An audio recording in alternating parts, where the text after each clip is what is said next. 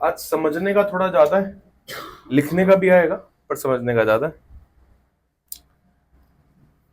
वहां से शुरू करते हैं जहां से चैप्टर में जो टॉपिक है वो नहीं है, और वहां पे आएंगे चैप्टर में जो टॉपिक है वो है। देखो एक बात बताओ, चार्ज दिखता है क्या?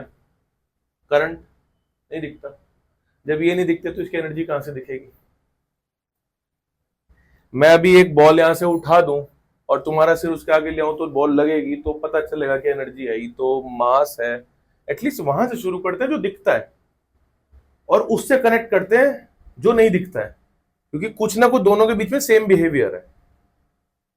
तो यहां से कंक्लूजन लेंगे और वहां पे अप्लाई करेंगे तो शायद कुछ मिल जाए, है ना। वरना ये उन टॉपिक्स में से है जिसमें परेशानी बनी रहेगी। लेट्स सी, कुछ मुझे ऐसे फोर्सेस के नाम बताओ। जैसे पहले तो मैं ये बता देता हूं, ये वॉल है, वॉल से ऐसे एक स्प्रिंग बाहर आ रहा है, यूं, ठीक है। ऐसे स्प्रिंग दिखते ही परेशानी हो जाती है थोड़ी सी। अभी हम उधर फोर्सेस पे नहीं जा रहे, इसके मैकेनिक्स पे नहीं जा रहे। मैंने इस स्प्रिंग फोर्स को कॉम्प्रेस किया, ये पीछे गया होगा, और फिर मैंने, जैसे इतना कॉम्प्रेस हो गया होगा, मान के चलते हैं इतना कॉम्प्रेस हो गया होगा, और मैंने यहाँ पे डस्टर को लगाया और अपना हाथ छोड़ दिया, तो डस्टर कहां जाएगा? आगे फेंकेगा। इस स्प्रिंग ने मेरे थ्रू किए हुए फोर्स से एक वर्क डन लिया, डिस्प्लेसमेंट हुआ, वर्क डन लिया। उस वर्क को स्प्रिंग ने स्टोर किया in form of energy, which is called spring की एनर्जी। जब मैंने छोड़ा तो इसने उसी एनर्जी से बैक मारा, ठीक है। इसका मतलब, अच्छा, जब मैं फोर्स लगा रहा था, क्या उसी टाइम पे स्प्रिंग पर भी फोर्स लग रहा है? स्प्रिंग पे तो फोर्स लग रहा है। तो बेसिकली जो एनर्जी स्टोर की है स्प्रिंग फोर्स ने की है, ठीक है ना। आपको दिख रहा है कि मेरे फोर्स ने की है, बट यहाँ पे स्प्रिंग फोर्स काम कर रहा है। जब आप अप्लाई करोगे F इक्वल्स टू माइनस के एक्स। क्या एक बात समझ आ रही है कि स्प्रिंग एक ऐसा फोर्स है जिसके पास एबिलिटी है वर्क को स्टोर करने की, और उसके बाद जब जरूरत पड़ेगी उसको वो वापस कर देगा। ये एक फोर्स हो गया ऐसा, कौन? स्प्रिंग फोर्स, जिसके पास नेचर है, किस चीज का नेचर है? आपकी एनर्जी को कंजर्व करने का। क्या मैं ऐसे बोल दूं? स्टोर करने का, कंजर्व करने का। इसके अलावा और कौन कौन से फोर्स है नेचर में जो सेम तरह का बिहेव करते हैं, कि मैंने फोर्स दिया, उसने स्टोर कर लिया और वापस भी दिया। तो नहीं बोलेगी? सोचो, चलो ऐसा सोचते हैं। ये ग्रेविटी वाला एग्जांपल है। इस टेबल को, ये टेबल ऐसी है, इसको उठा के ऐसे कर दिया, तो डस्टर भी यूं ही रखा होगा इसके ऊपर, है ना। अब अगर मैं इस डस्टर को यहां से खींचूं और छोड़ दूं, तो इसके अकॉर्डिंग अगर ऐसे यहां करता तो डस्टर वापस जाता। तो ऐसे इमेजिन करो कि ऐसे किया तो डस्टर वापस गया। क्या ये स्प्रिंग जैसा बिहेवियर नहीं है कि मैंने खींचा और छोड़ा तो वापस गया? अब वापस आ जाओ इसी दुनिया पे, ग्रेविटी वाली पे, कि अगर मैं इसको ऐसे खींचूं और छोड़ू तो वापस नहीं जा रहा। तो gravitation force is also a kind of conservative force, store कर रहा है ना एनर्जी। देखो कितनी अजीब बात है कि अभी मैं यहां ऐसे दिखाता तो देखने मुश्किल होती, थोड़ा ऐसे करके दिखाने के बाद बात बन रही है। तो g force is another kind of conservative force.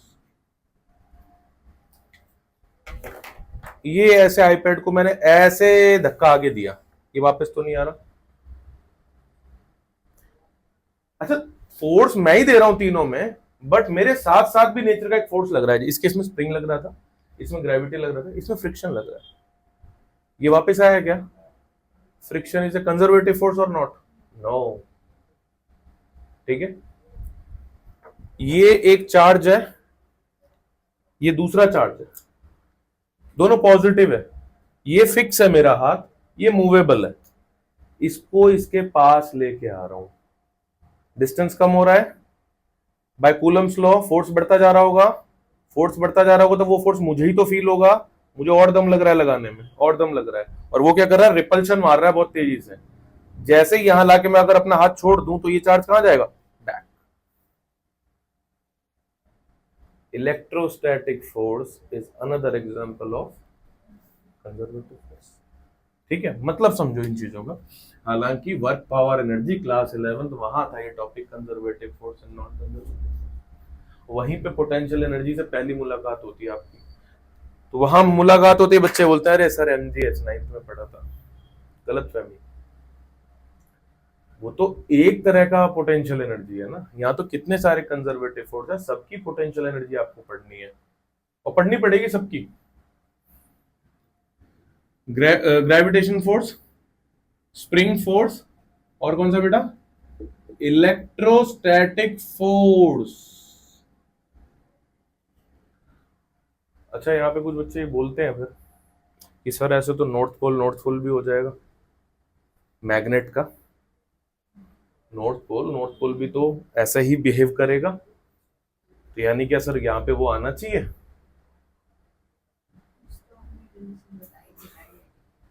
सी बेटा, देखो मैं लिख देता हूं अभी, पर वहां पे स्टार मार के, ठीक है ना, क्योंकि मैग्नेटिक फोर्स अभी मैं बोल दूं कि कंजर्वेटिव नहीं होता तो तुम्हें नहीं समझ आएगा, वो चैप्टर 5 के बाद ही समझ आएगा कि क्यों आपने ऐसा बोला।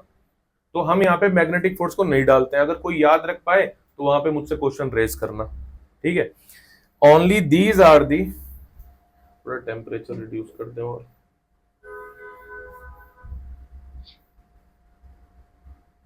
छाया सबको चाहिए, पेड़ किसी को नहीं लगाने।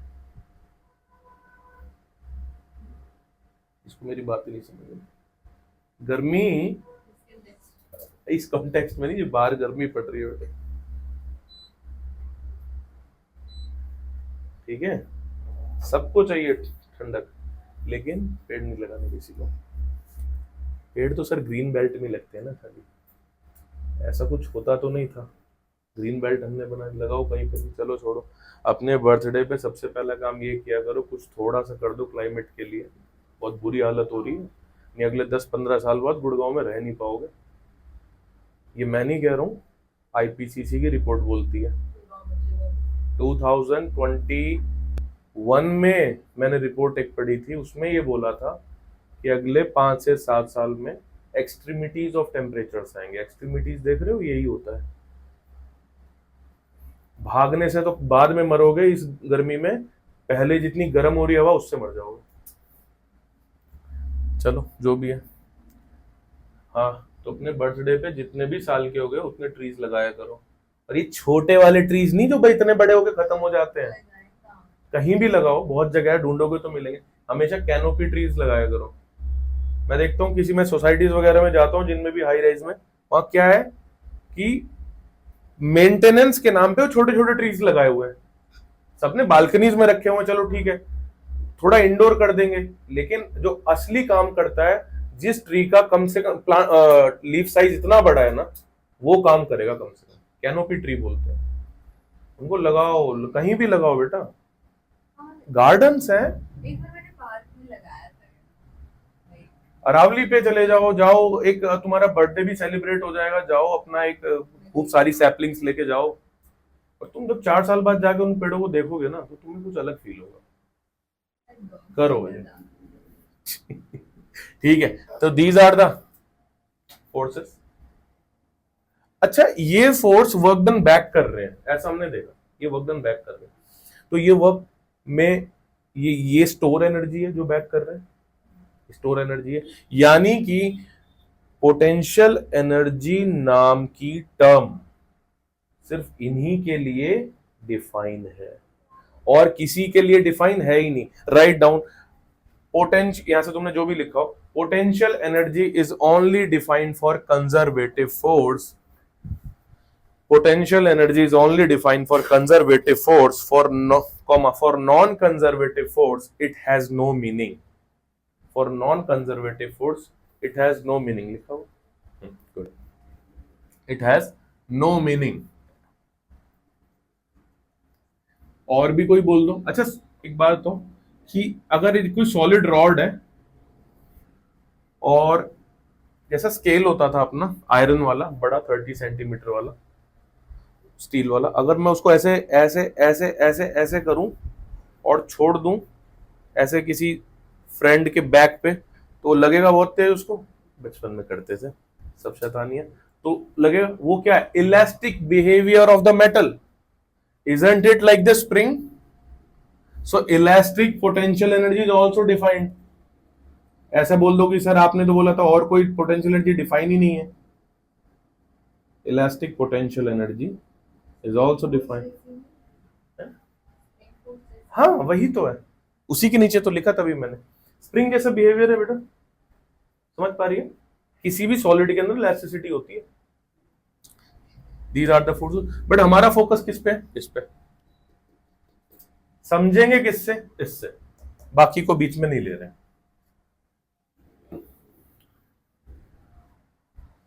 अगर कोई बोले कि पानी जो ऊपर से गिर रहा है वाटरफॉल, उसके अंदर इनमें से कौन सी एनर्जी है? Gravitational potential energy. ठीक है ना, वहीं से तो वर्क डन कन्वर्ट होता है, हाइड्रोइलेक्ट्रिक डैम बनते हैं, fluid mechanics, Bernoulli's equation, energy की इक्वेशन वहां पे आती है। वहां पे सिर्फ और सिर्फ आप एनर्जी का ही ऐड करते हो। अभी तो पढ़ के आए थे, ठीक है। पेंडुलम ऐसे ऐसे हो रहा है, अगर ये यहां छोड़ दूं और इसमें एक पिन निकाल दूं और यहां पे किसी को खड़ा कर दूं तो लगेगी जाके। किस एनर्जी से? क्या वो ग्रेविटेशनल पोटेंशियल एनर्जी। क्यों? ये मास है, इतना एरिया मास है। अभी ये ग्राउंड है, ये 0 हाइट पर है। अभी ये ऐसे उठा, कितनी हाइट पर हो गया? ये h पर हो गया। उसके पास कितनी एनर्जी है? mgh। अभी अब ये उसी से जाके लगेगा उसको। अब आप बोल दो कि सर आपने तो यही बताए थे एसएचएम में भी आ गई पोटेंशियल एनर्जी, वो कौन सी है? वो भी ग्रेविटेशन है। फ्लूइड में आ गई सर, वो कौन सी है? वो भी ग्रेविटेशन है। ठीक है, मैं कुछ रिकॉल करा रहा हूं तुम्हें। हा? ये तो पाप तो हुए ही है पीछे, इनकी भरपाई करनी पड़ेगी। अच्छा,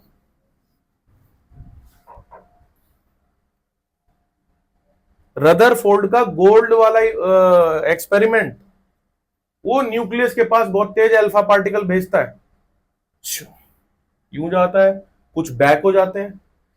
ये वो आ तो रहा है, बैक होने के लिए उसको पूरा रुकना भी तो पड़ेगा, तभी तो बैक होगा। वही वाला एग्जांपल जो मैं से चार्ज को लेके आ रहा था पास में, यानी एटम्स के अंदर भी एक्सपेरिमेंट्स हैं जिसमें आपको पोटेंशियल एनर्जी पढ़नी है। बट वो कौन सी होगी? ग्रेविटेशनल वाली है इलेक्ट्रोस्टैटिक वाली? इलेक्ट्रोस्टैटिक वाली। ये कॉन्सेप्ट खुले रहने चाहिए दिमाग में कि एनर्जीज इन्हीं फोर्सेस की वजह से होगी, बस उनका फेस चेंज होता चला जाएगा। अच्छा ठीक है, लेट्स सी। अब यहां से जो भी लिखना था तुमने आई होप लिख लिया होगा, मैंने ऐसे लिखवाया नहीं कुछ।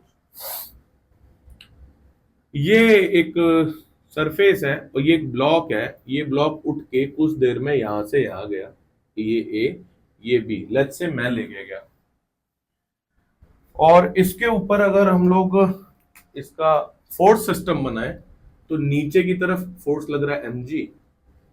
मैं अपना फोर्स नहीं देख रहा, लेके तो मैं ही गया हूं, पर मेरा फोर्स कंजर्वेटिव नहीं है, जो उस पर लग रहा है वो कंजर्वेटिव, mg कंजर्वेटिव। डिस्प्लेसमेंट कितना हुआ? Let's say h, let's say h, तो h किधर की तरफ? ऊपर की तरफ हुआ है।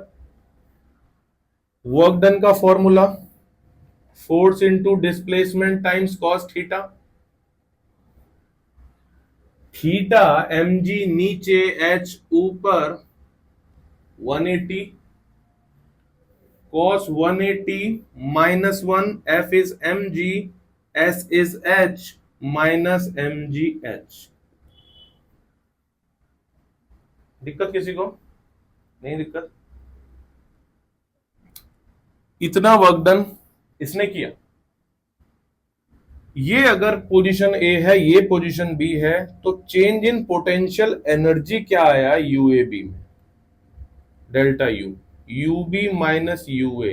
एक बात बताओ मुझे, जब ये ब्लॉक यहां था तो क्या इसके पास कोई वर्क करने की कैपेबिलिटी थी, मूव करने की कैपेबिलिटी थी? मूव कर सकता था जब यहां पड़ा था? तो नहीं कर सकता। कब मूव कर सकता है? यहां कर सकता है। यानी कि हाइट के साथ पोटेंशियल एनर्जी बढ़ती चली गई है। पहले एक्सेप्ट करो। ठीक है, एक्सेप्ट हो गया सर। यू ए जीरो हो गया, यू भी बढ़ता गया है, बढ़ता गया है, इंक्रीज होता गया है। तो डेल्टा यू ऑब्वियसली इंक्रीज होता गया है, तो ये माइनस एमजीएच है तो वो प्लस एमजीएच हो जाएगा। अगर कोई चीज इंक्रीज हो रही है तो पॉजिटिव में रहेगी। इतनी बात सही है कि जब भी वर्क डन नेगेटिव देगा, पोटेंशियल एनर्जी पॉजिटिव आ जाएगी। मैं ये कंक्लूड कर रहा हूं यहां से। अगर सर ऐसा ही है तो रिवर्स केस भी देखते हैं, वहां भी बात सच होनी चाहिए, वहां भी बात सच होनी चाहिए। ठीक है, अभी इस पोजीशन से इस पोजीशन पर इसको वापस लेके आ रहे हैं। ठीक है, अब mg भी नीचे की तरफ और h भी नीचे की तरफ, डिस्प्लेसमेंट नीचे की तरफ। 1D खराब होगा तो ये बात भी नहीं समझ आ रही होगी कि h नीचे नेगेटिव ऊपर positive. Displacement always measured from this point of disturbance, नीचे की तरफ नेगेटिव, ऊपर की तरफ पॉजिटिव। ठीक है, और अगर वो भी नहीं समझ आए ना तो थीटा पे सब कुछ छोड़ दो। कभी भी माइनस प्लस में दिक्कत आए ना तो थीटा पे सब कुछ छोड़ दो, थीटा संभाल लेगा। दोनों नीचे है तो थीटा जीरो, थीटा जीरो। तो थीटा जीरो अगर मैं यहां पे पुट कर दूं तो वर्क डन कितना हो गया? cos 01 mg h which is positive. अगर ये ब्लॉक यहां पर है तब इसमें काम पोटेंशियल एनर्जी ज्यादा है या यहां पर है तब ज्यादा है? ऊपर ज्यादा है, नीचे कम है। मतलब हम डिक्रीजिंग पोटेंशियल की तरफ मूव कर रहे हैं। We are moving towards decreasing potential. कब? जब वर्क डन पॉजिटिव हो रहा है। So when work done positive, delta U becomes negative. Are you satisfied with this statement?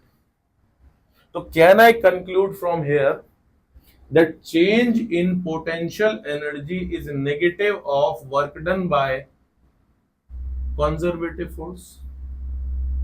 मैं इसका यूज करूंगा। बोलो, ये बात समझ आई?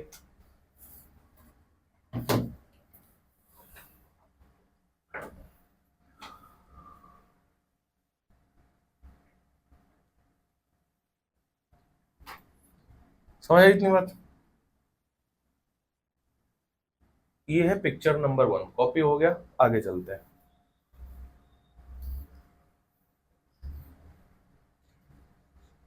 अब मैं क्या कर रहा हूं, नीचे की तरफ, भाई ये तो सबको मालूम है ना, इलेक्ट्रिक फील्ड कहां पॉजिटिव टू नेगेटिव जाती है, ये सब वाली बात। ठीक है, कॉपी।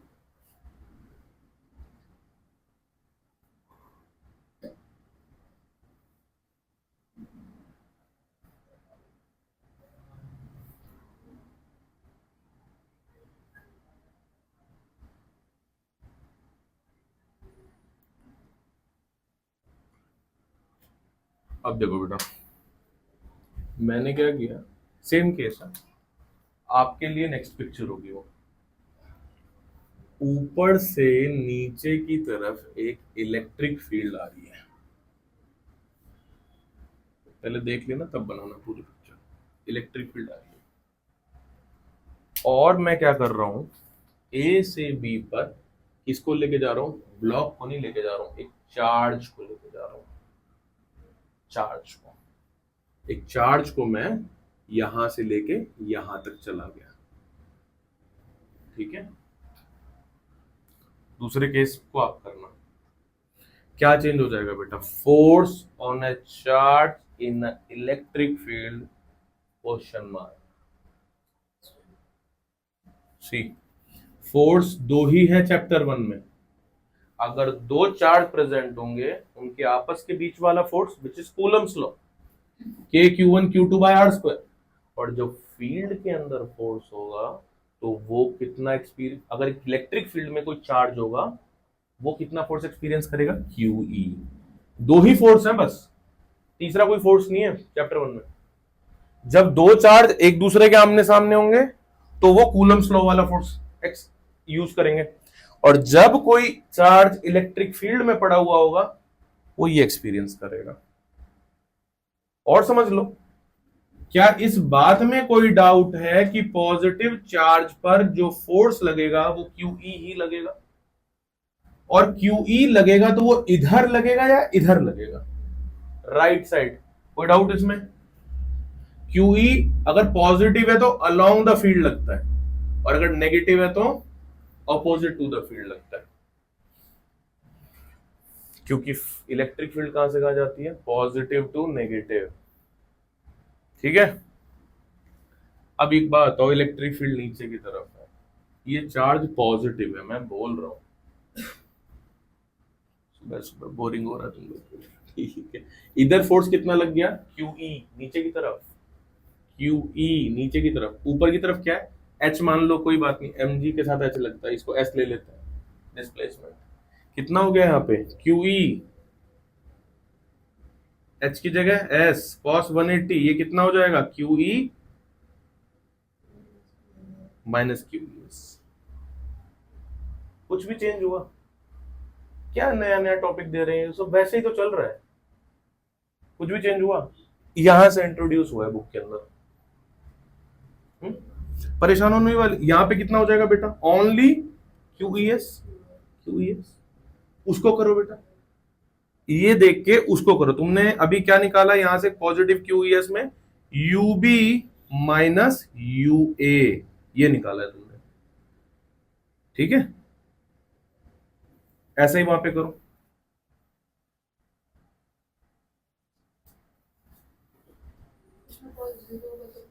हाँ अच्छा, एक काम करना, इसमें ना ए ए ए ए हमारे लिए इनिशियल पोजीशन है और बी हमारे लिए फाइनल पोजीशन है, तो इसमें ए को ऊपर रखना और बी को नीचे रखना, तो वर्क डन क्या हो जाएगा यहाँ पे, पॉजिटिव QES, क्यों, क्योंकि नीचे की तरफ कितना QE और नीचे की तरफ कितना S, तो पॉजिटिव QES और हाँ cos जीरो, और change in potential energy negative, यानी UB minus UA is negative of QES। आपने अभी अभी क्या सीखा, इसकी हेडिंग क्या डाल सकते हो, इसकी हेडिंग डालना electric potential energy due to field, electric potential energy due to field, electric field, electric potential energy due to electric field. भाई मैं पूछता हूं कि हमने इसको mg के कंपेयर में करके किया, इसमें कोई परेशानी हुई, ठीक है, अब थोड़ी सी परेशानी नेक्स्ट में हो सकती है, लेकिन उसको आराम से देखेंगे तो वो भी क्लियर हो जाएगा। डन। एक क्वेश्चन कैपेसिटर के मैंने एक भी क्वेश्चन नहीं कराया, वो एक साथ लूंगा, ठीक है, लेकिन इनके क्वेश्चन साथ साथ हुए हैं। एक क्वेश्चन लिखेंगे बच्चों, मैं फिगर ही दे देता हूं तुम्हें,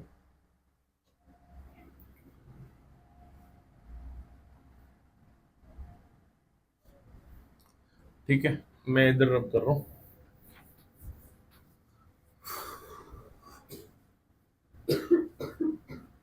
ये सबसे काम की स्टेटमेंट है, इसका मैं यूज करूंगा बार बार, change in potential energy negative of work done by conservative force. बहुत टाइम तक बहुत सारे बच्चे इसको सिर्फ याद करके चलते हैं, इसका रीजन नहीं मालूम होता उनको। क्या तुम्हें इसका रीजन मालूम है, change in potential energy is why negative by conservative force, तुमने भी अभी देखो मना कर रही नहीं मालूम, अभी अभी ग्रेविटी का एग्जांपल देगा कि नीचे आते टाइम कि जब भी लाइफ का लेसन सीखो यहां से, physics is all about what, nature, किसका नेचर, नेचर का नेचर, क्या हम उस नेचर के नेचर से अलग हैं, हम भी तो वही हैं, तो इन दैट अम्ब्रेला हम भी तो आ गए, ह्यूमन नेचर भी तो वहीं आ गया। जब कभी भी आप गो विद द फ्लो बोल के लोगों के साथ चलना शुरू कर देते हो, आपकी पोटेंशियल एनर्जी कम होनी शुरू हो जाती है। जब भी आप देखो ना, ऑब्जेक्ट जब भी अलोंग द फील्ड जा रहा है तो उसकी पोटेंशियल एनर्जी रिड्यूस होनी शुरू हो गई। कनेक्ट करने की देर है बस आपको यहां से खुद को, यह आंसर वही देगा।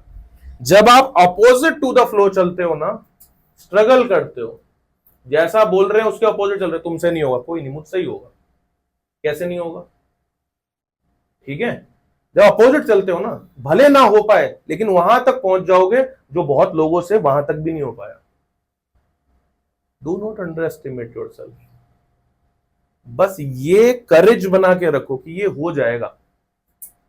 तो ऑपोजिट टू द फील्ड अगर हम जा रहे हैं तो पोटेंशियल एनर्जी बढ़ रहा है। कैसे भी याद रखो यार, ये सब एग्जांपल मैं दे रहा हूं, सीधा ये एमसीक्यूज में पूछ लिए जाएंगे, तो ऐसे ऐसे कर बता देना, पॉजिटिव नेगेटिव जो भी है। क्वेश्चन, एक यूनिफॉर्म इलेक्ट्रिक फील्ड है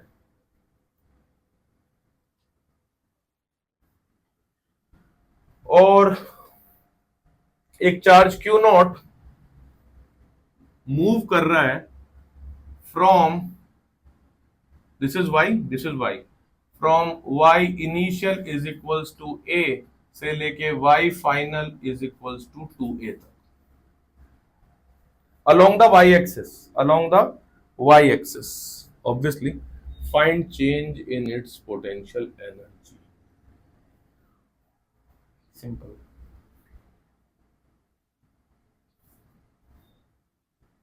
स्टेटमेंट नहीं लिखवा इसलिए मैंने लेंथ किया।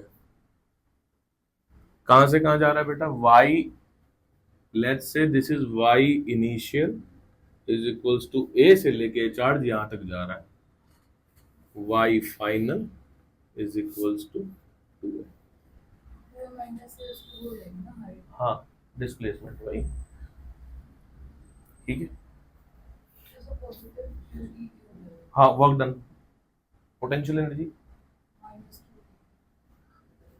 Energy minus q E a, work done, force ऊपर बेटा, फोर्स ऊपर, डिस्प्लेसमेंट भी ऊपर, कॉस 0 विच इज 1, डिस्प्लेसमेंट कितना 2a minus A which is a, force कितना Q not E let's say E, amount दे देता हूं यहां पे, डेटा आ जाते बस। नेगेटिव पोटेंशियल एनर्जी, अब बोलेगा कि comment on what is signified by that negative charge, opposite to the field जा रहा है और वर्क डन पॉजिटिव हो रहा है। ये 2 लाइन जरूर लिख देना अगर वो इस पे कमेंट करने को बोले तो, ठीक है।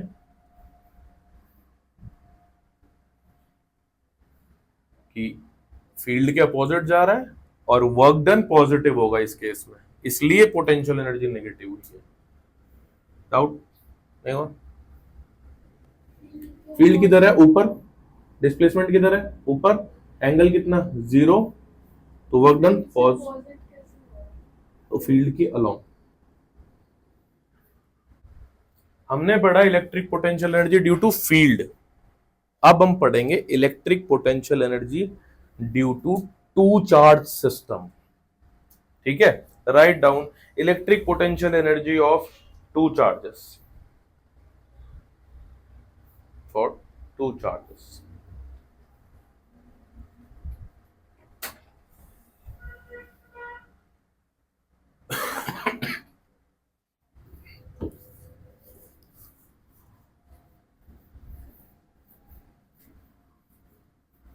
दो सबसे कॉम्प्लेक्स पोटेंशियल एनर्जी का सिस्टम, स्प्रिंग भी कॉम्प्लेक्स नहीं है, इलास्टिक कॉम्प्लेक्स नहीं है, सबसे कॉम्प्लेक्स दो जो बच्चों को लगते हैं वो इलेक्ट्रोस्टैटिक और ग्रेविटेशन है।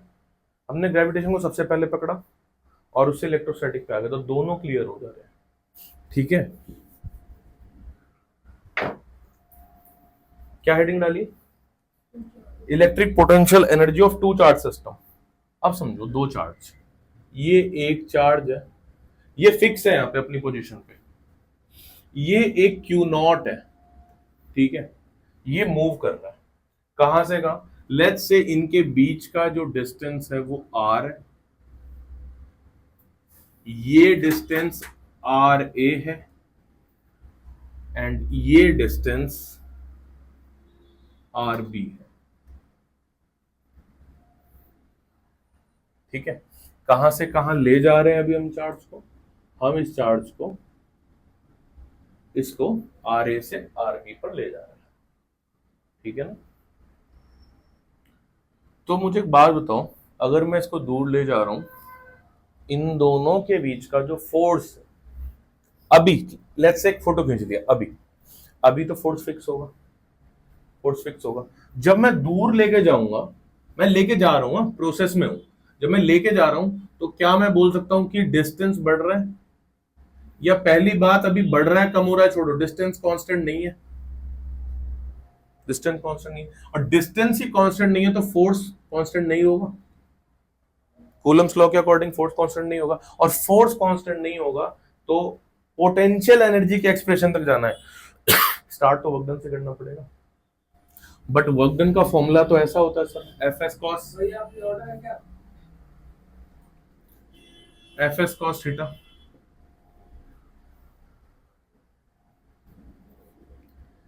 ये फोर्स तो कांस्टेंट दिखाई दे रहा है, ये फॉर्मूला तो कांस्टेंट का है, ये वेरिएबल का नहीं है, इसका एक पीछे का फॉर्म है वो वेरिएबल का होता है, D W integral F dot D S,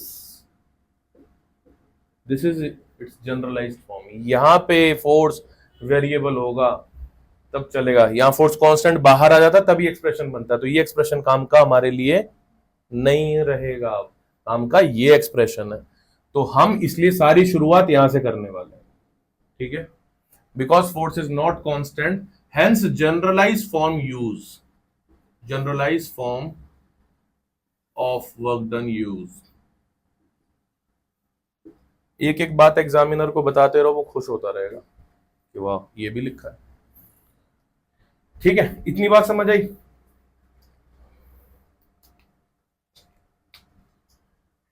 अब मैं इंटीग्रेशन आप पे छोड़ूंगा। Work done in moving A to B is integral, what is the force K, Q, Q naught, ये तो कांस्टेंट रहेंगे ना अमाउंट में, integral 1/r² dr limits b to a rb to ra। इस एक्सप्रेशन में कोई परेशानी बेटा कि ये कैसे बना सर? नहीं, कैन यू गाइस प्लीज, क्या चीज? हाँ obviously, can you guys explain me कि भाई मतलब मेरे को सीधा बताओ कि भाई इंटीग्रल क्या होगा, फाइनल करो, आपको आता है। मैं इंटीग्रल नहीं परफॉर्म करूंगा यार, प्लीज, बहुत रिक्वेस्ट करोगे तो ही करूंगा वरना नहीं करूंगा।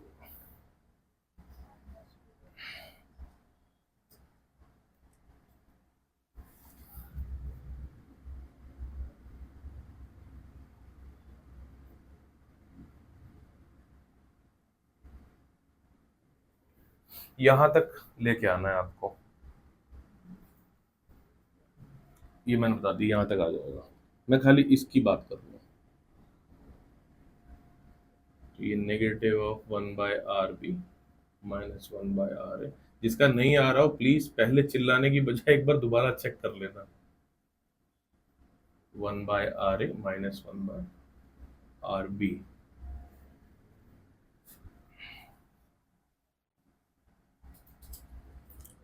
So work done from A to B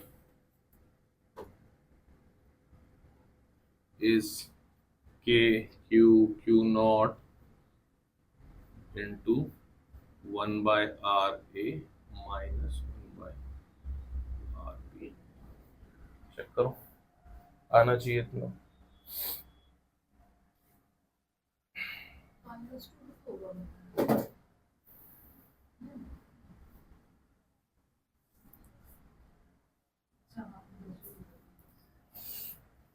Can I write from our previous discussion that change in potential energy is a negative of work done by this conservative force जो अभी अभी आया?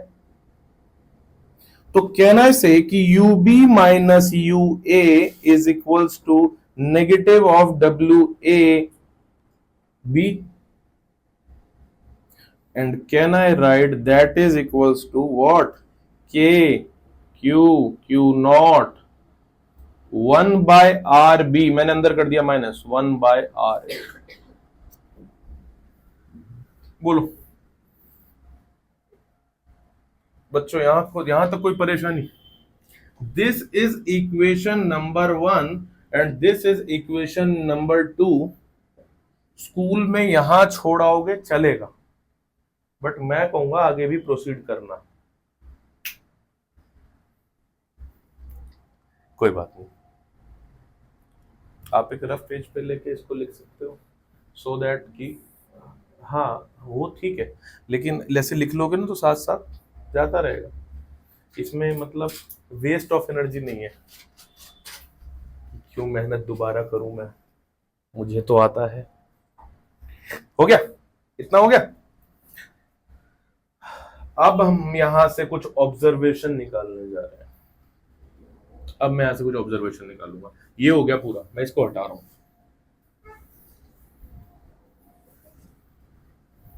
ऑब्जर्वेशन नंबर 1, अगर आपसे हो सके तो page में ऐसे 2 ब्लॉक निकाल लेना, ऐसे 2, और अगर इतना स्पेस ना हो तो पहले खाली ऑब्जर्वेशन नंबर 1 ही लिखो, ठीक है। अगर स्पेस हो तो ऐसे और ऐसे 2 निकाल लेना, और इतने में चलेगा ऑब्जर्वेशन नंबर 1 और इतने में चलेगा observation number 2।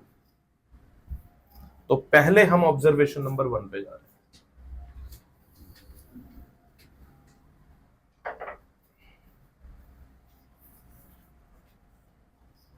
Observation number 1, observation number 1 में मैं क्या कर रहा हूं, मैं चार्ज को ऐसे नहीं ले जा रहा, मैं चार्ज को यूं ला रहा हूं, यूं ला रहा हूं इधर से, ठीक है। अच्छा, ये ध्यान रहे कि आर ए तो हमेशा ही मेरा इनिशियल पॉइंट रहेगा, ये नाम दे दिया इसको। हेंस यूए भी मेरी इनिशियल पोटेंशियल एनर्जी रहेगी, और आर बी हमेशा हमारा फाइनल पोजीशन रहेगा, तो यूबी भी हमारी फाइनल पोटेंशियल एनर्जी रहेगी।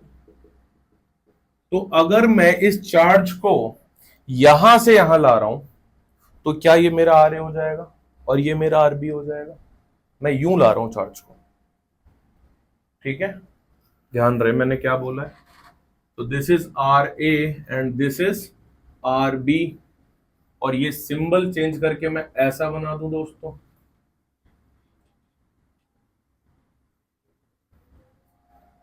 ठीक है।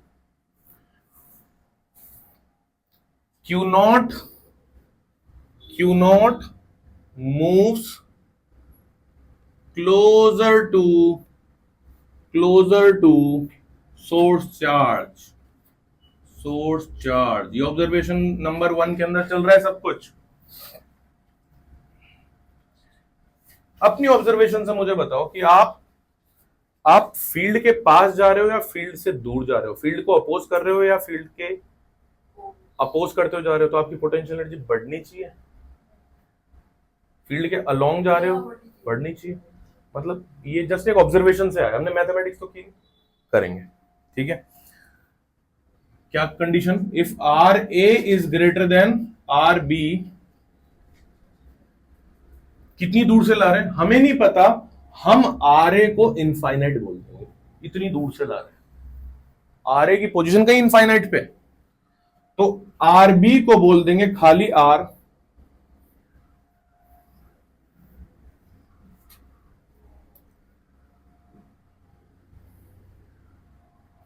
वर्क डन में पुट करो जरा, यही एक सेम एक्सप्रेशन, ये इनफाइनाइट और आर की वैल्यू। वर्क डन का फॉर्मूला क्या था भाई, इक्वेशन नंबर 1 क्या थी बोलो, K Q naught 1 what R A 1/RB, यही थी, यही थी।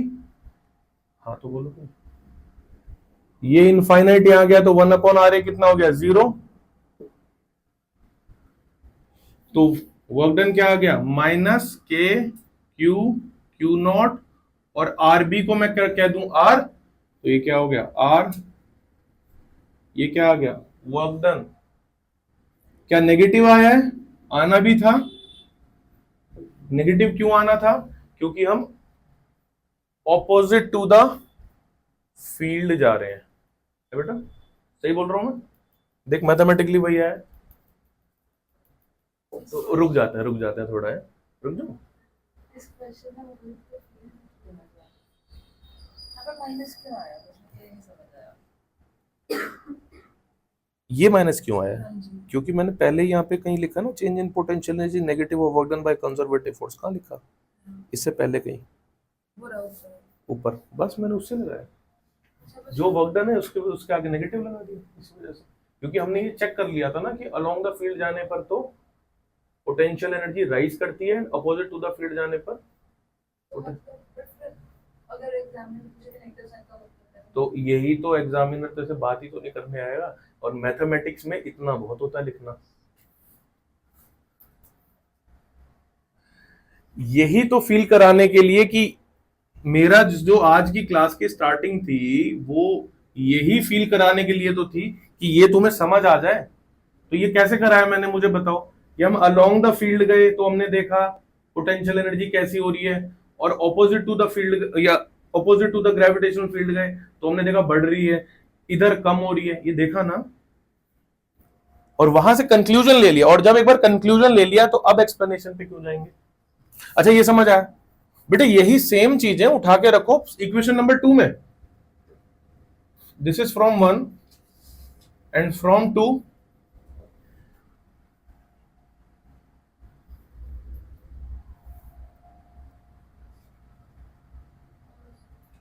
इक्वेशन नंबर 2 क्या थी? K Q Q naught 1 by r b minus 1 by r a, यही थी। आर ए कितना हो गया? इनफाइनाइट। आर बी कितना हो गया? आर। एक्सप्रेशन क्या बन गया? के पॉजिटिव आया, K Q Q naught by R, change in potential energy positive. भाई अब मैं आपको बात बता दूं, यहां जाके स्कूल में पूरे मार्क्स मिलेंगे जब आप यहां तक पहुंचोगे। स्टार्टिंग जहां से भी हमने की थी वहां से लेकर के, उनके सामने दो ऑब्जर्वेशन मत कर देना, वहां से आके सीधा इसी में घुसते चले आना। Observation number 1 direct answer. This is the final formula that we will use for further processes. नहीं, दो ऑब्जर्वेशन और बन सकती है, उन दोनों इसको नेगेटिव रख दो तो एनालिसिस ही करते रह जाएंगे। फिर तो खुद से कर सकते हो, तुम्हारी इच्छा करे तो, नहीं करेगी।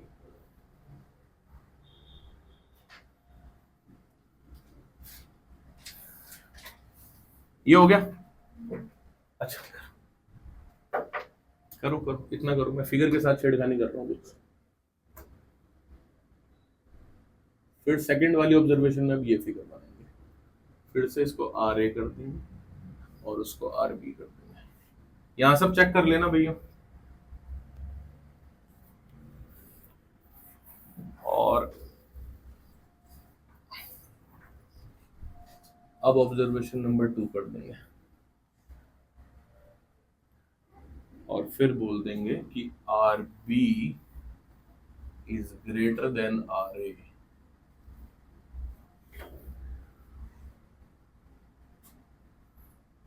आर बी ग्रेटर कहां तक चला जाएगा? इनफाइनाइट तक। आर ए कितना? आर तक। क्यों? इनफाइनाइट लेने पर मैथमेटिकली उस पोजीशन पर पोटेंशियल एनर्जी जीरो हो जाती है। सुनना मेरी बात, चाल समझो, चालाकी क्या है।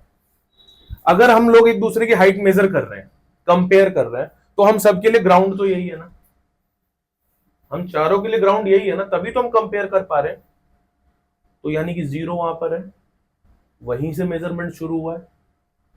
इसमें जीरो कहां पर है? एक इनफाइनाइट पोजीशन पे, क्योंकि फॉर्मूले में जब यहां इनफाइनाइट रखोगे तब पोटेंशियल एनर्जी जीरो हो रही है। हमारे केस में अगर मैं हाइट जीरो कर दूंगा तो पोटेंशियल एनर्जी वहां जीरो होगी। इस हिसाब से पोटेंशियल एनर्जी ग्रेविटेशन मेजर होती है, बट यहाँ इनफाइनाइट रख के मेजर होती है।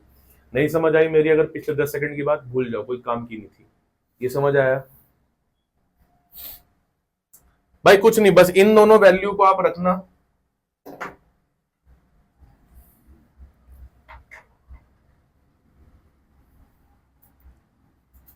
इस बार ये खत्म हो जाएगा आर बी, और ये फॉर्मूला बन जाएगा खाली आर, तो वर्क डन हो गया positive.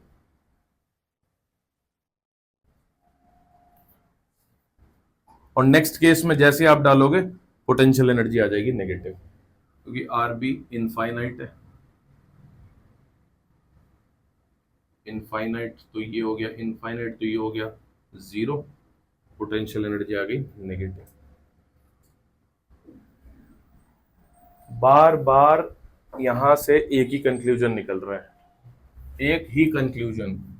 Along the field, along the field, work done increases, potential energy decreases. Opposite to field, opposite to field, work done decreases, potential energy increases. Conclusion of the story. Conclusion of the story.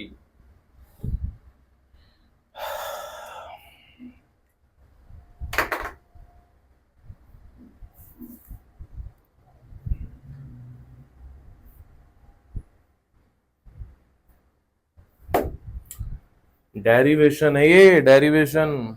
इसको एक booklet में जो मैंने तरीका बताया उसमें डालो, ठीक है। नाउ इसके क्वेश्चंस कैसे होंगे सॉल्व, न्यूमेरिकल्स कैसे होंगे। डेरिवेशन तो समझ आ गई। आप हमने अभी अभी क्या पढ़ा, क्या क्या पढ़ते आ रहे हैं, हमने जाना इलेक्ट्रिक पोटेंशियल एनर्जी, सीक्वेंस समझो, इलेक्ट्रिक पोटेंशियल एनर्जी क्या होती है, देन उसको पढ़ा फील्ड के थ्रू कितनी लगती है, फिर हमने पढ़ा due to two charge system कितनी होती है, अब हम पढ़ेंगे due to N charge system कितनी होती है। सीक्वेंस, ये सीक्वेंस फ्लो चार्ट में बनवाऊंगा, ठीक है।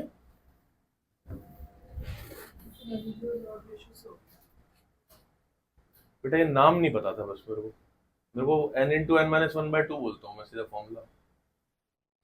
क्या वही है जो तुमने बोला, पता नहीं तूने कुछ, नहीं नहीं नहीं वो मैं यूज नहीं करता यहाँ पे, क्योंकि इतना भारी भरकम वैसे ही सब्जेक्ट है, बच्चों को और कुछ लॉर्ड वर्ड रेशो दे दो तो, और हम नहीं पढ़ रहे सर। सिंपल, क्या क्या पढ़ा हमने, फील्ड जब जा रही है तो उसके अंदर चार्ज में पोटेंशियल एनर्जी कितनी होगी, सबसे पहला केस जब फील्ड ऊपर या नीचे जा रही है जिसके ऊपर न्यूमेरिकल किया, दो चार्ज होंगे तो पोटेंशियल एनर्जी कैसे डिफाइन होगी, अब दो नहीं है, एन चार्ज है, सिस्टम ऑफ चार्ज है। एंड ध्यान रहे मेरी बात बेटा कि electric potential energy whole system के लिए डिफाइन होती है, पूरे सिस्टम के लिए, एक पर्टिकुलर चार्ज के लिए इसका कोई मतलब नहीं होता है, ठीक है।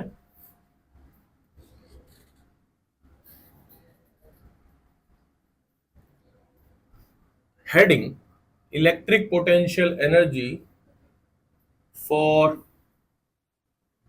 System of charges, for system of charges. ये बहुत आसान केस है, अब तुम लोग आराम कर सकते हो, अपने दिमाग पे स्ट्रेस ना डाल करके आराम कर सकते हो। कैसे आराम सर, आराम तो कैसे होगा बेटा, ये Q1, ये Q2, ये लेट्स से Q3, ये लेट्स से Q4, इस पूरे सिस्टम की मुझे इलेक्ट्रिक पोटेंशियल एनर्जी बतानी, और ध्यान रहे कहीं लिख लेना कि electric potential energy define for system only, define for system, particular point पे कोई मतलब नहीं है, और आगे इलेक्ट्रिक पोटेंशियल आएगा उसका पर्टिकुलर पॉइंट पे ही मतलब है, सिस्टम से कोई मतलब नहीं है, वो एक चार्ज के लिए डिफाइन होता है। क्योंकि एक पोटेंशियल का डेफिनेशन ही क्या होता है, potential energy per unit charge, आगे आएगा अभी, U is V is equals to U by Q, समझो, आगे ले गया खाम खाम। कितने चार्ज है, चार, हमें तो फॉर्मूला दो का ही पता है सर। फॉर्मूला सबसे पहला step number 1, n into n minus one by to, step number 1, इससे क्या मिलेगा, देखो कितने चार है, चार चार्ज है, n की जगह 4 रख दो, आपको मिलेगा यहां पे 6, मैथमेटिकली इसका मतलब 6 पेयर मिलेंगे मुझे। वाई पेयर सर, बिकॉज जो हमने फॉर्मूला पढ़ा है अभी पीछे वो एक पेयर के लिए डिफाइन है, के Q Q not, pair of charge. तो 6 पेयर कैसे बनाएंगे पेयर, लेट्स सी। 4 चार्ज है ना, 4 3 4 2 4 1 3 2 3 1 2 1। ध्यान रहे सेम नंबर रिपीट नहीं करना है, सेम नंबर रिपीट नहीं करना है, और एक पेयर को दोबारा नहीं लिख देना उल्टा सीधा करके, 4 3 है तो 3 4 भी लिख देते हैं। No repetition, basically no repetition. ठीक है, कितने बन गए बेटा, 3 2 5 1 6, 6 पेयर बन गए थे। अब फॉर्मूला क्या था हमारा, potential energy for two charge के लिए क्या फॉर्मूला था, K Q Q naught by R square. Coulomb's law नहीं बन गया, मैं पोटेंशियल एनर्जी का फॉर्मूला पूछ रहा हूं। ठीक है, अबेंड करना पड़ेगा बहुत जल्दी, समझ गया। देखो ये 2 चार्ज के लिए था ना, इसके आगे ऐसा लगा लेना, समेशन आई जे, मतलब आई जे में एक बार आई जे की जगह 4 3 आ जाएगा, एक बार आई जे की जगह 4 2 आ जाएगा, एक बार आई जे की जगह 4 1 आ जाएगा, और फिर उन सबको ऐड कर देना है। करके दिखाता हूं अभी। Where I J is equals to 0, I J from 0 या 1 टू n। मैथ से तो पूरा ऐसे लिखना पड़ता है। मैंने वेक्टोरियली ऐड किया है या स्केलरली ऐड किया है, ये समेशन लगा है, मतलब मैंने सिंपल ऐड किया है। एनर्जी है, एनर्जी स्केलर क्वांटिटी है। इससे पहले ये फॉर्मूले कैसे ऐड होते थे, कूलम्स लॉ और इलेक्ट्रिक फील्ड, वहां वेक्टर में ऐड होंगे, छोड़ देते हैं, इधर आते हैं, यहां स्केलर ऐड होगा, बिकॉज एनर्जी है, एनर्जी इज स्केलर क्वांटिटी। और एक बात ध्यान रहे, चार्ज का साइन मैटर करेगा यहां पे। ठीक है, चैप्टर 1 में चार्ज का साइन मैटर नहीं करता कभी भी, यहां चार्ज का साइन मैटर करेगा, मैटर। ठीक है, तो कैसे बनेगा, चलो लिखते हैं बेटा। U of this system is के, बाहर निकाल लिया, अब अंदर क्या बचा भाई, Q4 Q3 upon R43, Q2 upon R42। अब आपको पता है क्या करना है, मेहनत मत कराओ, लिखते जाना है यहां तक 2 1 तक, फिर कर देना है, ऐसे आंसर आएगा। अब क्या करेगा, क्वेश्चन में क्या करेगा, वहां पे चार्ज की वैल्यू दे देगा बेटा, 2 microcoulomb 3 microcoulomb 4 microcoulomb something microcoulomb. तो 2 microcoulomb 3 microcoulomb 4 microcoulomb 2 microcoulomb, let's say number, इसकी value 9 into 10 power 9। Distance between those two charges दिया देगा हमेशा क्वेश्चन, अभी देता हूं क्वेश्चन देता हूं, खत्म क्वेश्चन। ठीक है, ऐसे हो जाएगा, कॉपी हो गया। चलो एक क्वेश्चन फिर एंड करेंगे। हो ही गया, कुछ भी नहीं है, कुछ भी नहीं है, कुछ भी नहीं है बच्चों।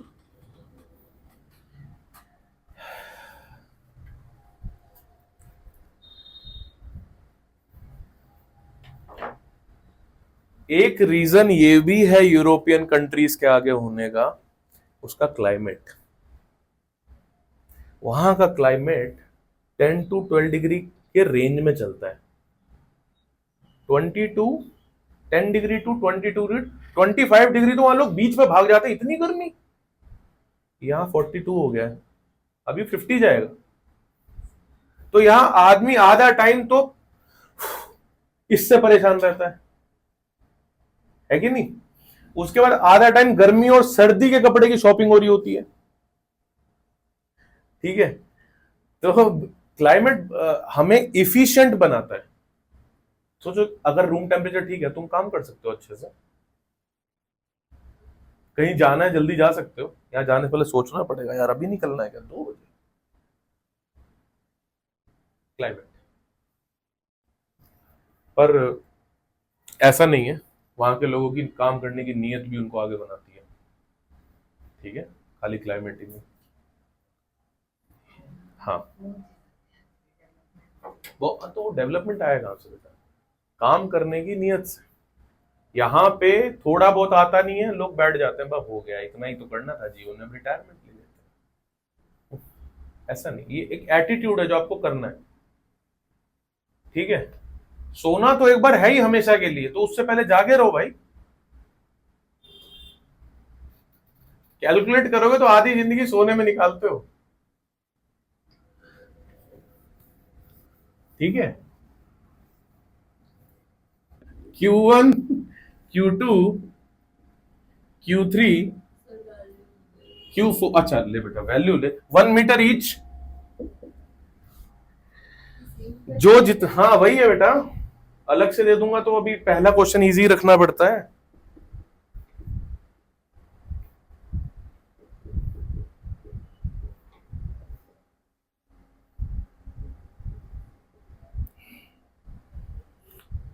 इस सिस्टम की पोटेंशियल एनर्जी बताओ।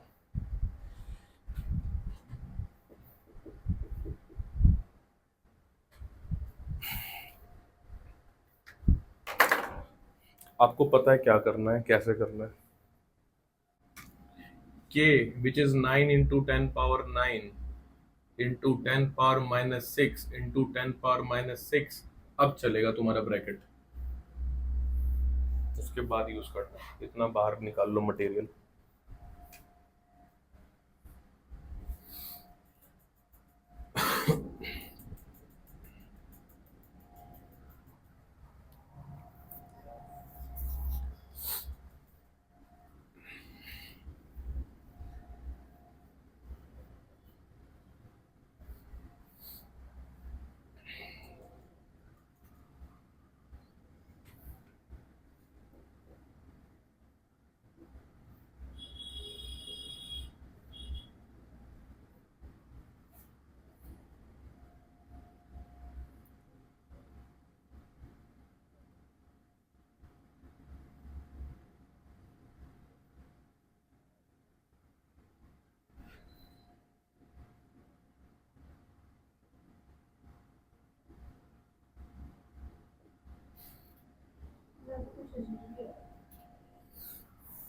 ये 4 3 4 2 4 1 ऐसे 3 2 3 1 ऐसे 2 1 आ जाएगा।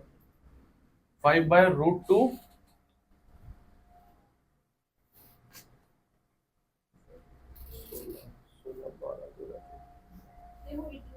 कैलकुलेशन में कुछ कुछ हुआ है।